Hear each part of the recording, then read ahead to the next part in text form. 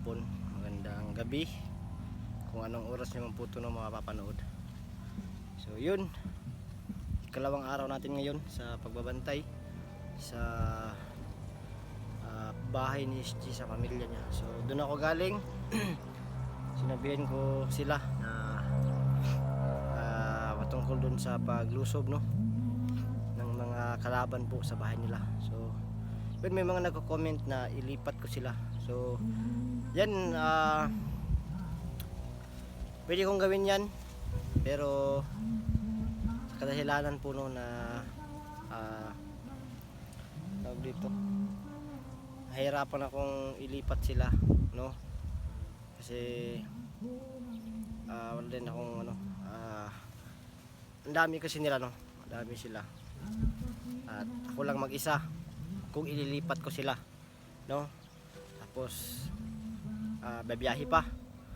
So di natin inaasahan, no, yung mga pangyayari pag ililipat natin sila. Baka mamonitor ng mga halaban na nilipat, tas hindi ko sila lahat, no, mapoprotektahan kasi ako lang mag-isa. So baka doon pa tayo magka-problema po, no, pag ilipat natin sila. So mas maigi na dito kasi nasa bahay lang sila, naka-steady lang sila, no, sa bahay nila. Secure naman dun sa bahay hanggat nandito ako, no, secure naman kaysa ilipat natin sila, no, kaysa ilipat. So mahihirapan ako kung sakali man, kasi di natin alam yung mga pangyayari, no. May mga pangyayari na hindi po inaasahan na mga pangyayari. Baka dun pa natin mapahamak yung pamilya niya, di ba? So mahirap pag ganun, kasi buti lang kung marami kaming hunter po, no, na ilipat yung bahay. So kung ililipat namin sila sa bahay at baka mamonitor na naman, di ba?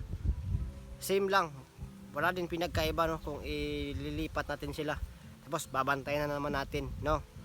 So mas tawag dito, mas delikado pa kung ilipat natin, ibabiyahe pa natin, no. So baka harangin tayo or masundan natin.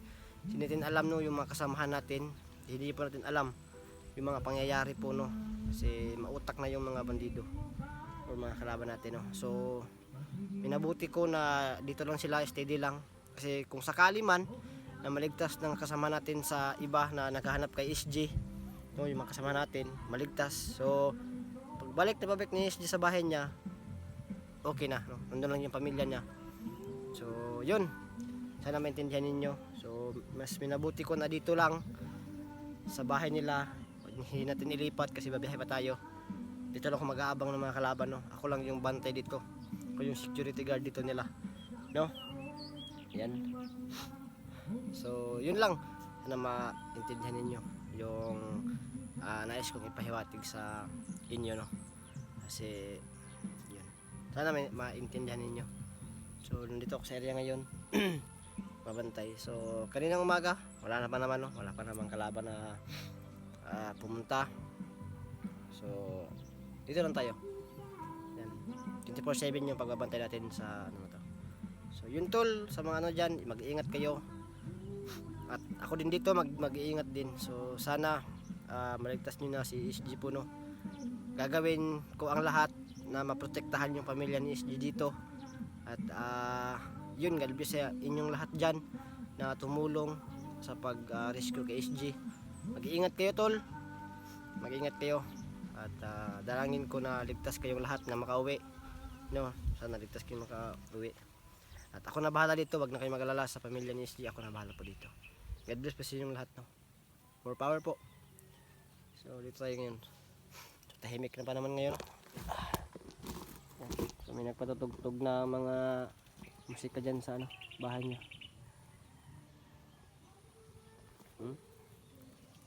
Sana nga dito yung makapirate.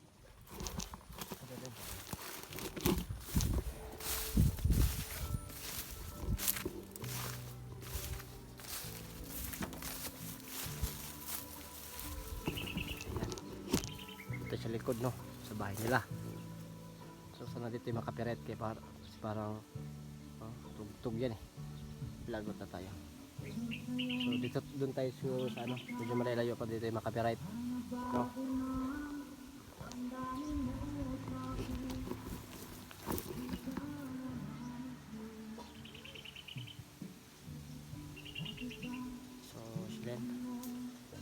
wala pa naman kahit pa paano. Wala pa naman kalaban. So mas mabuti po no na wala pa kasi delikado din.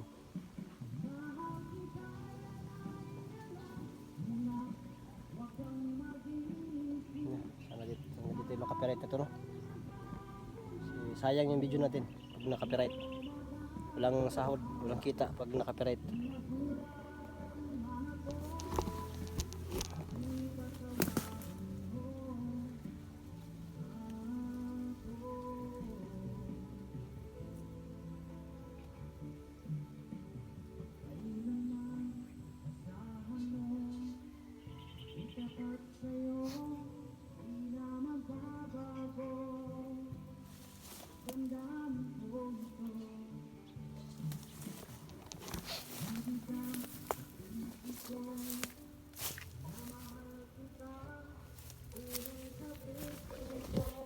Hindi makapirit ito.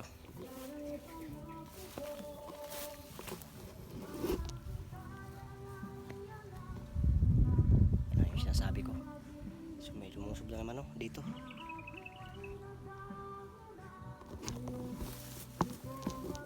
Isa na naman.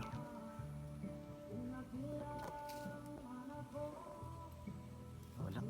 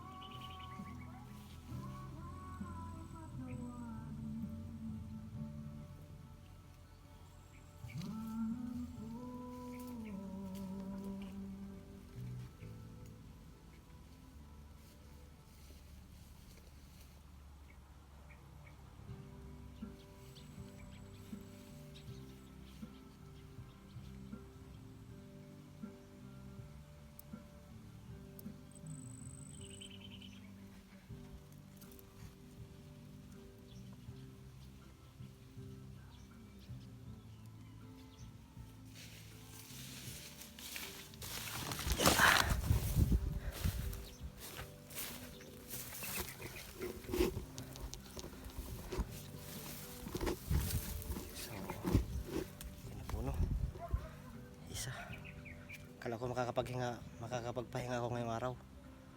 Pero hindi pa pala.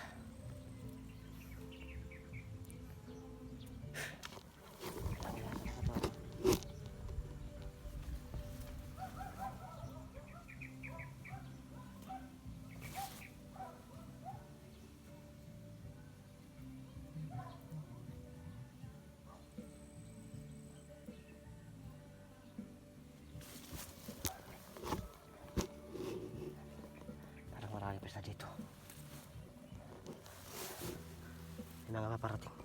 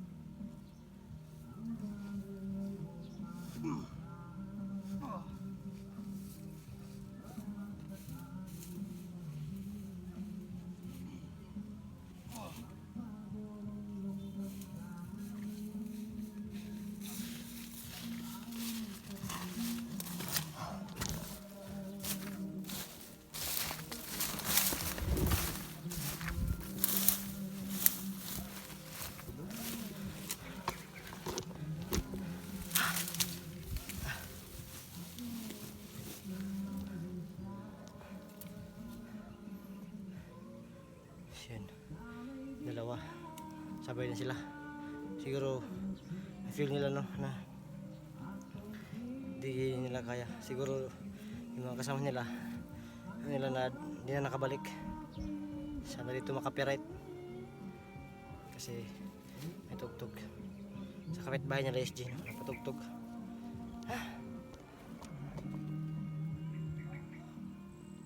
Sana walang kapireto.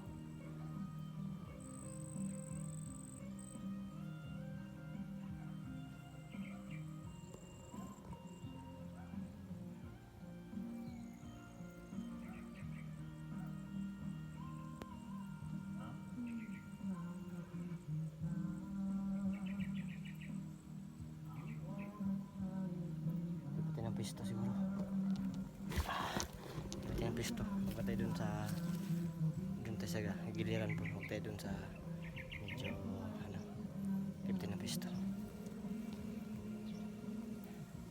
Parami na po no, yung lumusob dito. Yan. Hindi ko kakayanin to kung sugod sila ng sugod no. Hindi ko kakayanin mag-isa. Pero susubukan ko na lahat ng makakaya ko.